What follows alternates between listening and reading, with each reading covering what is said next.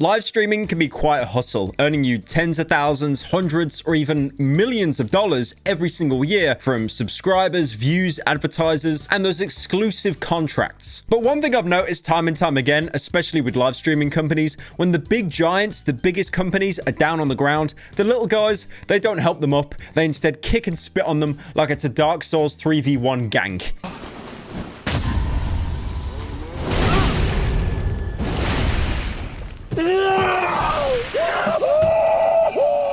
Now, remember when YouTube first introduced that beautiful yellow dollar sign that you see your favorite YouTuber complain about on Twitter every other day? That demonetized sign. Now, when that was originally introduced, it was the worst patch ever. It was catastrophic. And another video service called VidMe came out around the same time to take full advantage of the fact that YouTube was down on its knees. But now, if you go onto VidMe's website, it's a complete ghost town. There are other imitators as well. For example, Storyfire. A couple years ago, actually did a sponsor with them where I uploaded a one-off video onto their channel. They didn't pay me to upload anymore, so I didn't bother. I stopped. And now that company's fell off as well. Although, to be fair, Storyfire is still an actual website you can upload to, even though the biggest videos uploaded on there right now have about 14 views. What I'm trying to say is kicking a monolithic company down on the ground when they're at their lowest point, it doesn't work for the long run. You need a big investment plan. And in this video, I'm going to be talking about Twitch and its competitors. For example, YouTube is probably the biggest competitor to Twitch right now, mostly because they're yoinking actual Twitch streamers and signing them on these multi-million-dollar exclusivity contracts so they can only stream on YouTube. I mean, who knows? Maybe in an alternate timeline, I wasn't a YouTuber and I was a Twitch streamer being offered one of these multi-million-dollar contracts. That's if someone at Twitch didn't have it out for me and then basically shadow banned me.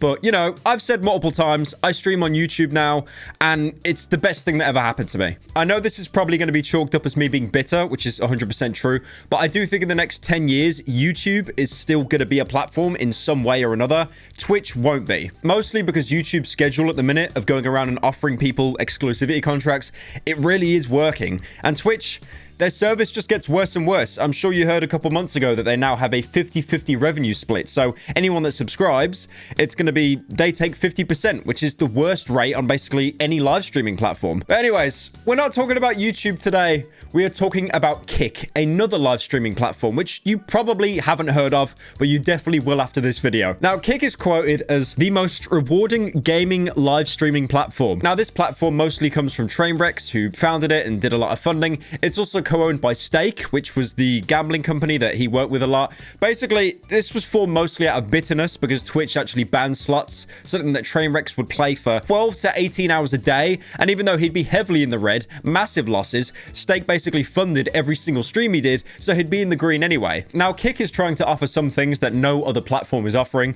For example, like I said with Twitch, the 50-50 sub split. With Kick, apparently it's going to be 95-5, which is, I don't think there's a single live streaming platform out there that offers anywhere near that amount. Now, this sounds like a great company, you know? Okay, maybe it's born out of bitterness and spite a little bit, but it's made by the people for the people. So why am I making a video on it? And why is the video titled this? Because Aiden Ross got involved. If you don't know who Aiden Ross is, he is an American Twitch streamer, and he has easily one of the most devout, degenerate fan bases out there. If you think this channel, Parasitical channel, you think we've got a degenerate fan base, Aiden Ross has you beat by a country mile. Now, Aiden actually said in a live stream that he was going to move over from Twitch to Kick, not permanently, but more just to kind of trial it out, but he would easily be the biggest Twitch streamer to move over onto the platform. Now, Aiden came out with a video announcing this, and it was very weird. You know, for example, when the Twitch streamers, they move over to YouTube, they have this huge, bombastic, you know, high production value video that like everyone forgets after a couple days. Aiden Ross just kind of said it on stream, and he said some very bizarre things. You could tell he didn't do any kind of script rehearsal. He said, for example, there is no terms of service and no one is going to get banned. I'm not permanently full-time going there. I want to feel it out, and I want to make sure my community fucks with it too. So I'll still stream on Twitch if that's what you guys want. I'm going to be doing Omegle, watching live sports, watching movies, prank phone calls. There's no terms of service over there. You guys can say whatever you want in my chat. Nobody can get fucking banned. Now, I don't think I need to put into perspective how absolutely dangerous it is to tell chat that they cannot be banned for no matter what they say. Because obviously at the time, Aiden's chat turned around and went, hang on a minute, we can say the most vile, disrespectful, vindictive things ever? Okay, this is epic. And also in Aiden's entire announcement, he basically said he was going to stream the Super Bowl. Asternox did a great job compiling like all the blunders that Aiden did into a single thread. And he was streaming the Super Bowl with like 60,000 to 120,000 viewers. Now, for a non-Twitch site to get 120,000 viewers, that isn't iShowSpeed, by the way.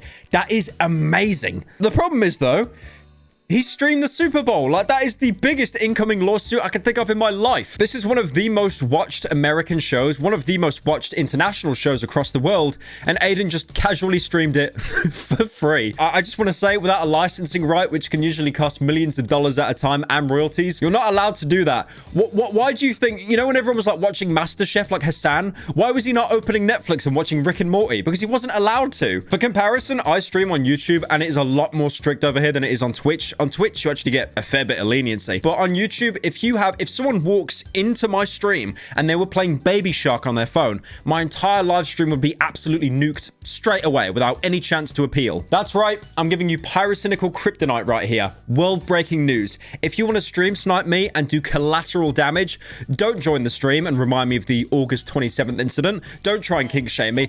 Just mic spam Calvin Harris summer over and over until YouTube takes the stream down. Now, back to a couple minutes prior, when Aiden was expressing that you could have the First Amendment, complete free speech, and no bans whatsoever. The problem is, it's Aiden Russ that's saying that. So the chat, I can't even show you the chat, bro. It was so bad.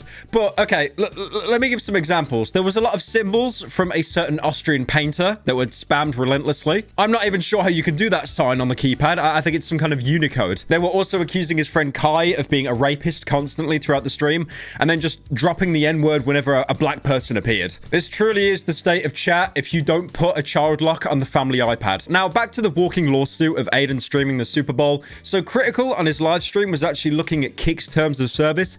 They are horrendous. They basically tried to excuse themselves, saying, oh, well, you stream what you want, but if you get caught, that's not on us. They're acting like they have no responsibility, and they're not facilitating the fact that they're hosting a guy illegally streaming the Super Bowl. This is a video game comparison because I'm absolutely hellbent addicted on making them. This is the equivalent of walking into a bar in Red Dead Redemption, hog-tying a woman, putting her on your back and dragging her out, and then the actual Kick live streaming service is the guy playing the honky-tonk piano, having no involvement whatsoever. Just read the terms of service on Kick. Seems in 2.1, rights to your content.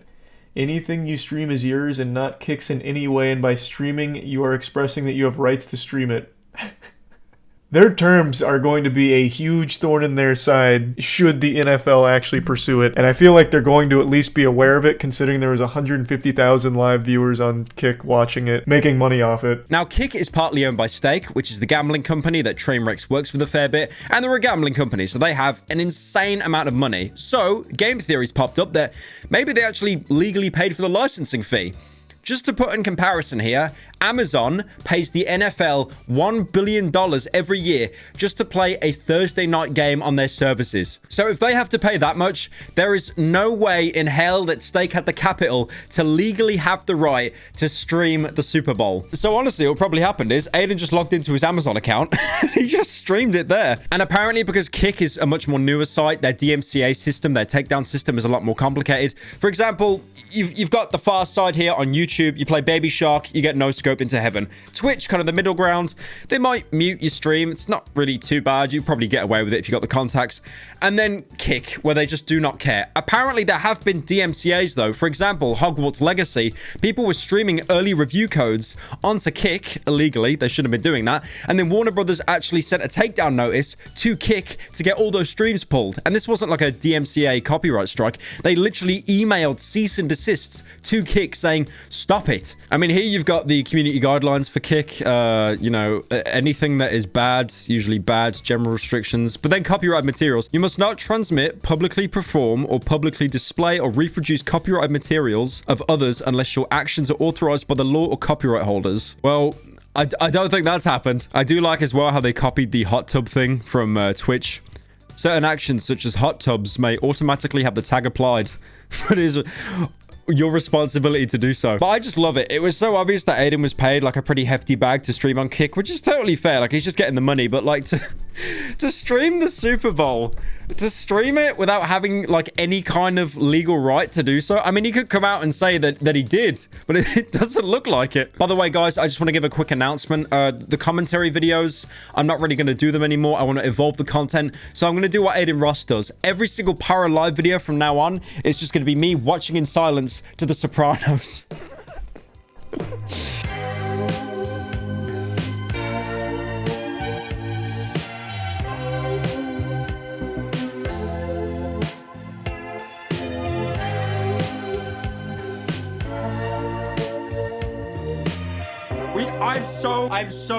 I'm so happy about this information.